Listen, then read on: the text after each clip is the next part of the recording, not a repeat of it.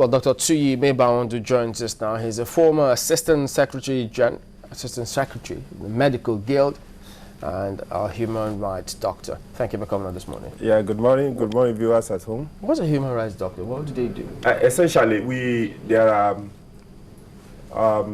health is seen as the first entry point of human rights. Because again, whenever there's a humanitarian crisis, health is the first casualty. You see deaths, you see people dying, you see malnutrition.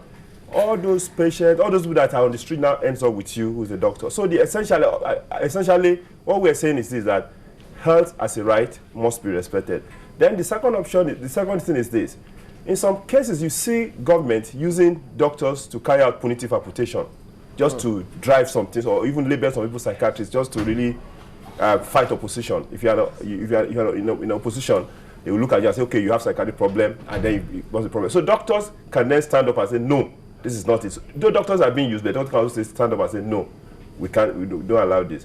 Then the other aspect is this, that whenever in the course of your work, and you have challenges, either with government or anybody, I will feel that your work is being threatened because you are practicing your profession, or because you don't agree with government in some instances, the doctors then stand up, as human rights stand up and say, no, this must not happen. Okay, so in this case now, the doctors also feel that their rights are not being respected, they're being trampled on, and they feel that government is using them by not giving them the allowances and they're due, and so they're on strike. So, and then they were sacked. So like two things in one in this case. How does human rights come in here?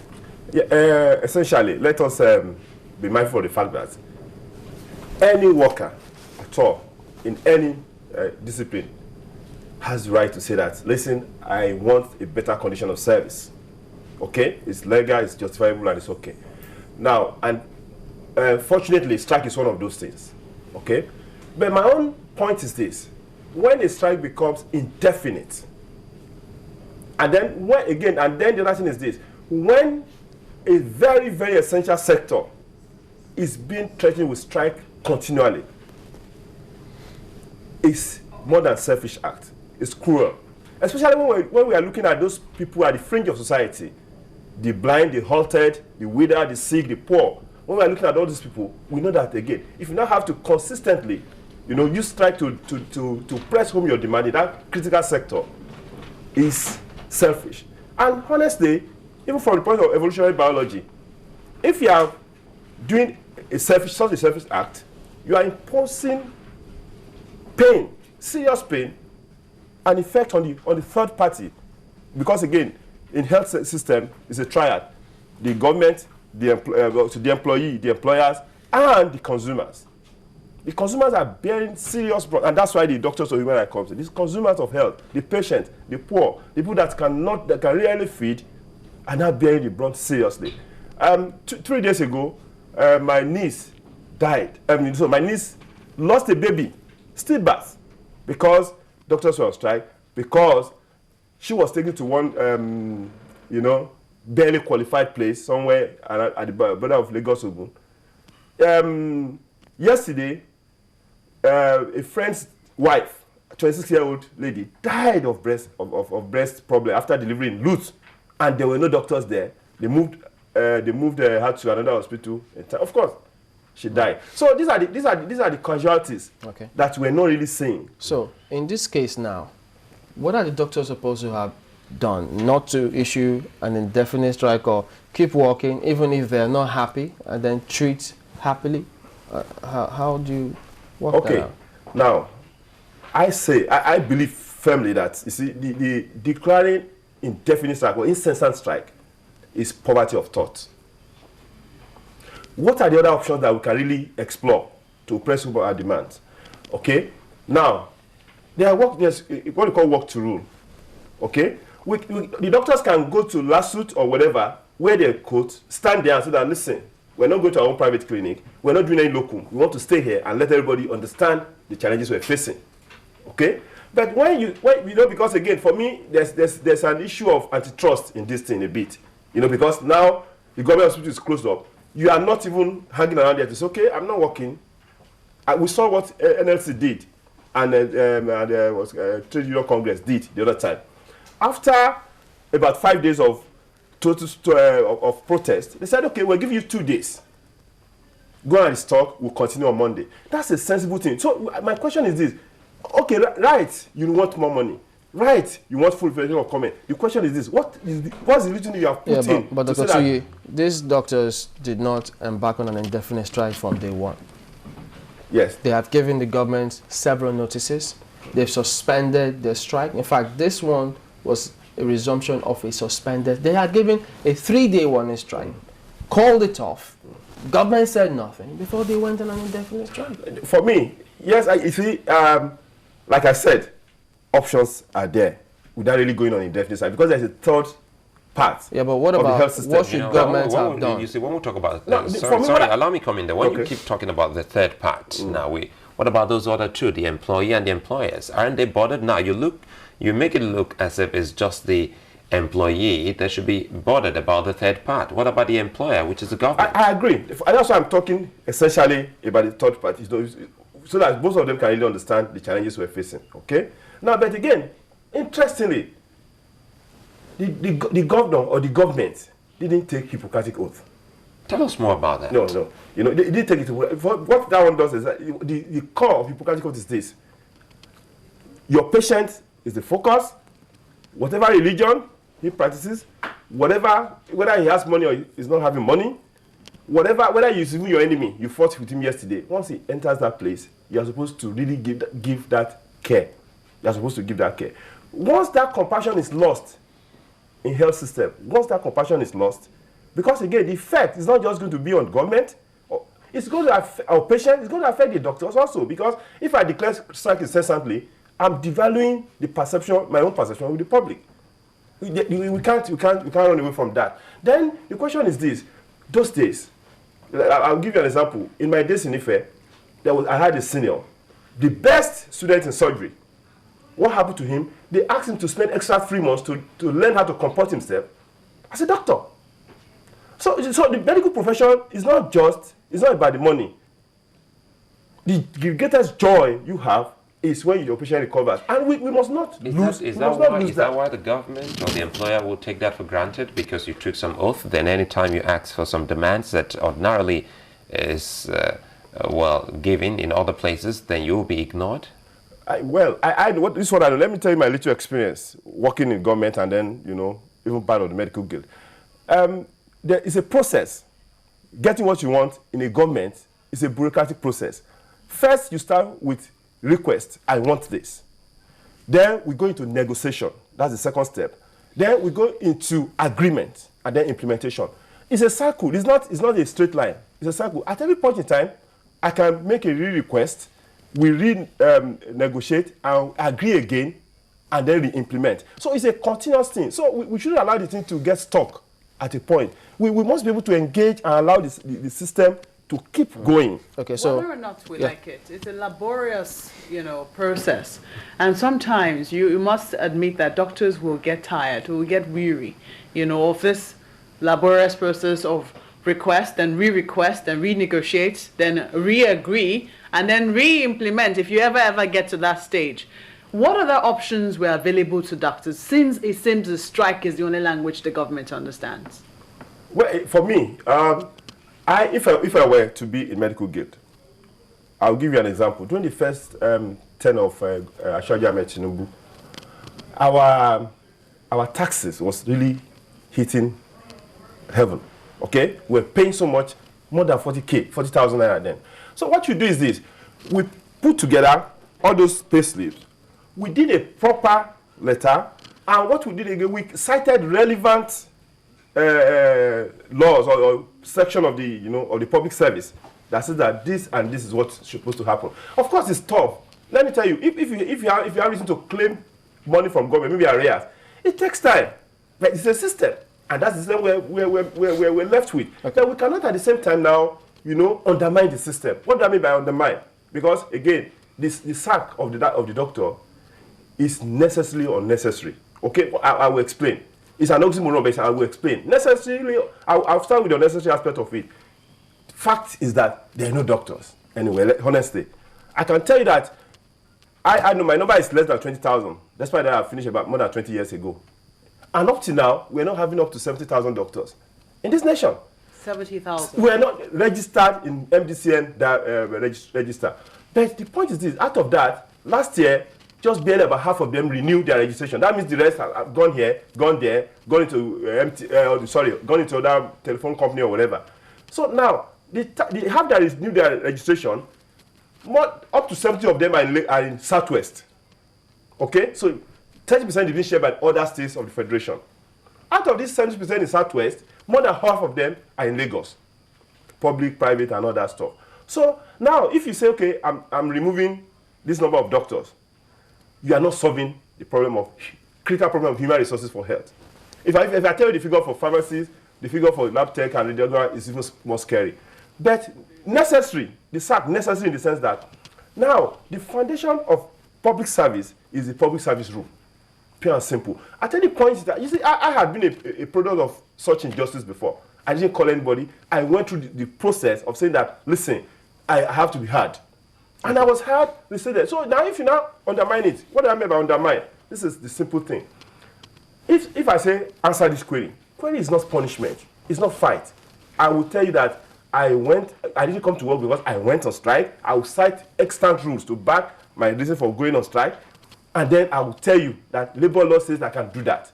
Pure and simple. And then we see it from there. We pick it up from there. Okay, so since you were Secretary of Medical Guild at the time, all this while that Medical Guild was going on strike, suspending the strike, giving notices to the government, and the government responding in their own way, what did you do to both parties at the time before now?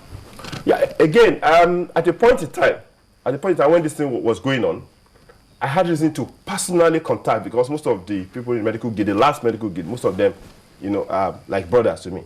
Personally contact and give personal opinion on this is how this thing is done. It's going to be tough, but this is how it is done. I'm sure that, because again, even if we are looking at this variation we're talking about, it could be a lot of money, but it's not going to be a lot of money. This Medical Guild in question, did you contact them? This Medical Guild, they are new people. I've not really had a chance to see any one of them. But the old ones, the old Medical Guild that I know very well, I talked to them one-on-one, called doctors. The old one, they were not relevant. They left just not even up to a year, really. Yeah, but as a secretary, they will listen to you if you had contacted them and said, guys, this is not the way to go. It's tough because, again, you see, the dignity of the medical profession must not be sacrificed on the altar of money. Yeah, that's why if you had contacted them, you'd have told them all this. The leadership, I don't want to mention names, the leadership of I keep talking, I keep advising in a private capacity, because, again, the first question you ask, because is this, that why do we have to really go through this kind of thing every time? That's the question. Okay, but you know, when you talk about all of this, and we're listening to you now, brings to mind what people have been saying, and I'm quite sure you must have heard that some doctors, like yourself and some others who think otherwise, they are on the side of the government. They are the ones fueling this whole crisis, that sometimes the government would want to listen to the doctors, but some doctors will say, no, we have the Hippocratic Oath, even though some still say that it's not a license for anyone not to listen to the doctors. How true can that be? For me, in an organization, definitely you see people with different opinions. I stand on what I believe in. Okay, most of the doctors at level of medical guests, especially the senior ones, they know me. Okay, I stand on what I believe in, and this is what I believe in. So some other people might believe that, well, we must take the money. Some will say, okay, no, let us. But we must be able to find a middle path. We must be able to meet ourselves at the point. Again, the question is not a 100-meter dash. You know, Dr. Alaude, the last doctor here, Dr. Alaude, he did say, well, there are loads and loads of doctors in the labor market, and the state government just told the people that they have employed just, less than 400 doctors. How come those that are still there, not employed, why haven't they been given jobs? If truly we have more than enough doctors out there jobless. I can tell you that there are not enough doctors in this. I've just given you the statistics. But I am not in government. I don't know why government choose to really employ 300, you know, or thereabouts. Were they employed or just local? I am not in government. I will not really know what they're doing. But again, no, we understand it's local. Yes. I read that, okay, some doctors were doing local. You see, again, that still shows that possibly the government is really interested in reabsorbing these doctors back, by not saying that, okay, I'm giving you full employment. The other critical thing that bothers me is this. Okay, if I am doing so essential service, and I say that I'm going to declare industrial action. We saw an example in the last labor strike that said, okay, 2 days, go and restock, we'll continue on Monday. What did the doctors put in place to say that, okay, we want to minimize casualty? What did they put in place? Why would now the NMA, who's supposed, or even the National Association of Resident Doctors, who are supposed to be part and parcel of resolving the crisis, declare a sympathy strike? What would sympathy strike do? I'd like to show you this headline. What we reviewed this morning. Lagos engages new doctors as casual workers, bans strike, and then look at some of the riders there. Cancels leave, maternity, others for locum. And this suggests that, is this the way to go ahead in handling this matter? Because if you ban strike, just casual workers, it doesn't demonstrate an intention to solve this problem, does it? Yes, again, let me, if you see this, we're in a crisis situation, let me put that in quotes now. You know, it's just like when, let's say disaster happens, say in Sudan or anywhere, and then you now move doctors there. It's not going to be the same story like when there's no disaster. So now the first thing is this, you want to stabilize. You want to see what you can do quickly, okay? I'm not surprised that you say, okay, first and foremost, let's employ this, the locum teams, the locum doctors to really, you know, make sure that at least we halt the degeneration. Why we look for opportunities. We should explain what locum is for those who don't understand. Locum is just like a doctor in his own private time, entering a place for certain hours and collecting money for that period. It's actually the doctor studying in when another doctor is not there. Means he's already employed somewhere. Yeah, this is just a part-time. Just a part-time thing, yes, for me to do, because the other doctor is a job for me to just ensure that the health work continues. Yeah, but if Lagos State was sacking 788 or 1,000, people think that they actually have a foolproof plan, and not just to see what you can do quickly. And so it means as if it wasn't well thought out when they sacked them in the first place. You know, I use an oxymoron, it's necessarily unnecessary, you know, and I try to explain. The necessary aspect of it is what I've told you. We all stand on civil service rule and processes. Meaning? Okay? What I mean is this. Even we, doctors, we're guided in public service, we are guided by civil service rules. So in reality, for me, some of us, we get so much involved in the practice of medicine that we don't even listen to the buy sides on what we should do when a crisis like this happens. So if we had consulted with somebody who is really high and understand the civil service, we would have told them that, listen, this is not proper for civil service for you, for whatever reason, even for the wrongest reason. If not your elders, your higher authority sees you a query, you should be able to really, no matter how unfair, package your answer in such a way that it becomes embarrassing. If you're on strike and they issue you a query, how do you respond when you're not on your duty post, when both parties are in arbitration here? I mean, both parties are at loggerheads.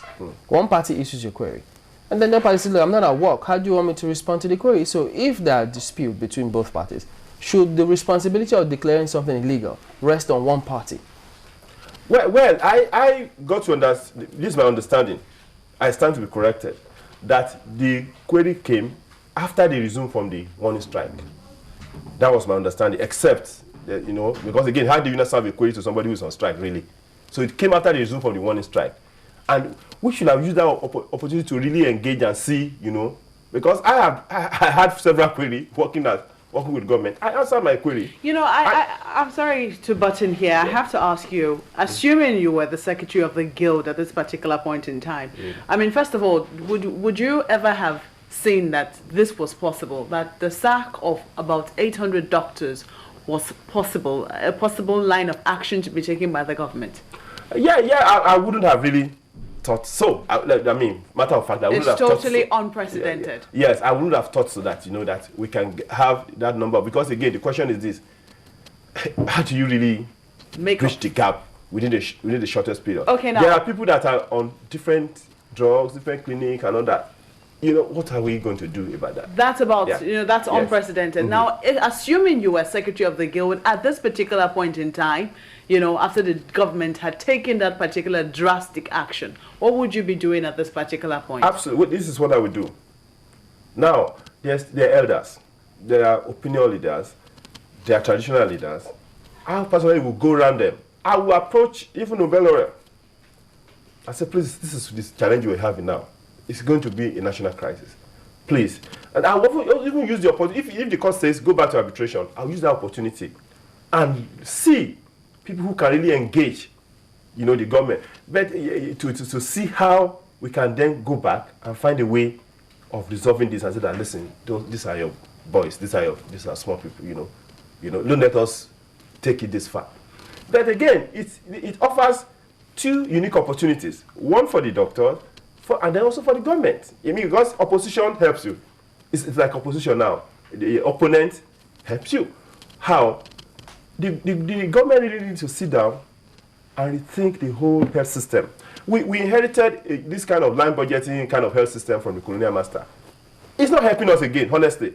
We're not attracting the right caliber of workers. We're not retaining them. They're not happy. The government needs to really sit down and rethink the whole system. We have to go down to the community. Are we decentralizing enough? We have to really be to create an environment in such a way that, for instance, Mayo Clinic in Rochester or Hammer Memorial in Houston or even the big hospital in Mumbai can say, I'm coming to invest in health system and compete with government establishment. Doctors need to really be to trust themselves and say that, listen, we are faced with this mess now. This is what we're going to do. Let's form a group practice. We're not trusting ourselves. A group practice that can be here and completely compete with government institutions, either in cost, either in quality of service, either in response. But you know that there's always a first cause to everything and anything. The government can actually do that. When you talk about trust, if we've been going back and forth just like a yo-yo every time we talk about the strike, we talk about the comments, and once they were assured that they were going to get the comments fully implemented, and we entered 2012 and we're still talking about comments and some other allowances given to the doctors, isn't that an indictment on that trust that people once had with the government's promise? I agree that first and foremost, government must earn our trust and we must be trustworthy. It's the first foundation. Whether they took the Hippocratic Oath or not. Their own oath is bigger than the Hippocratic Oath. Their own oath has to do with, okay, I have surrendered my sovereignty to you. You know, we've pulled our thought together to say, okay, let us interact. Yes, I agree that government, need to act, more trustworthy in everything, not just doctor strike, but even in fuel or even paying police. Government needs to act more trustworthy. Okay, that is not in doubt. But unfortunately,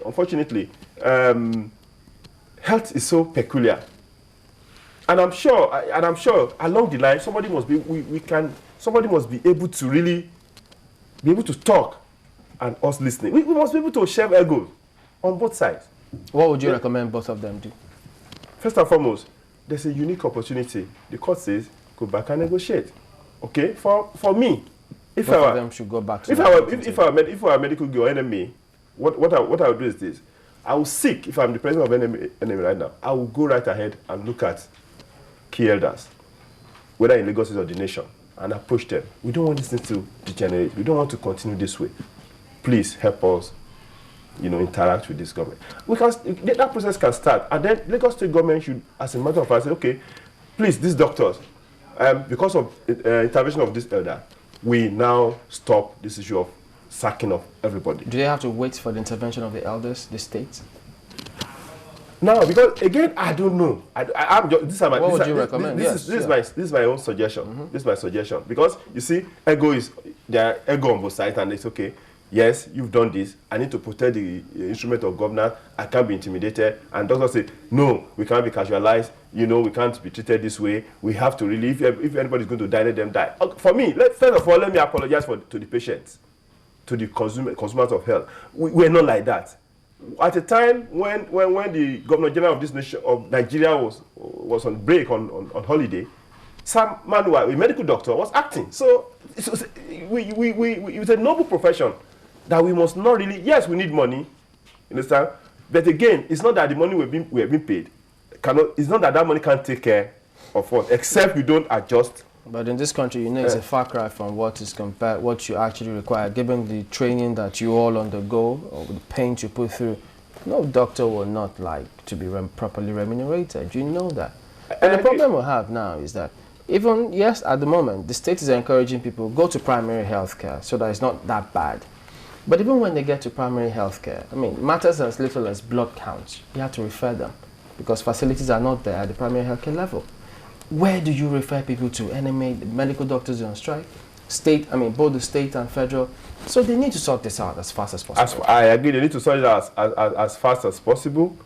And the fact that you should really use the window that's available now to see what is possible in terms of resolution. But again, beyond wages, now this is my point. Beyond wages, we have to look at compensation packages. Okay, it's not. I agree. Housing is taking away my salary. Buying a tokumboka is taking away my salary. Sending my children to school is taking away my salary. For instance, if I'm going to engage the government, because these things will keep, what's it called? Recurring. Yeah, it will keep recurring. So please, government, give me house, mortgage, 20 years. I'll pay this amount of money. Government, insurance for 2 of my kids to get to university. Government, train me so that I can also be competent. I'm able to be skilled in maybe nuclear medicine, genetic medicine, so that people from Western class of region can now come to Nigeria and also be able to. And then government we must also be mindful that, you see, money is being spent and people are consuming. Quality is so key.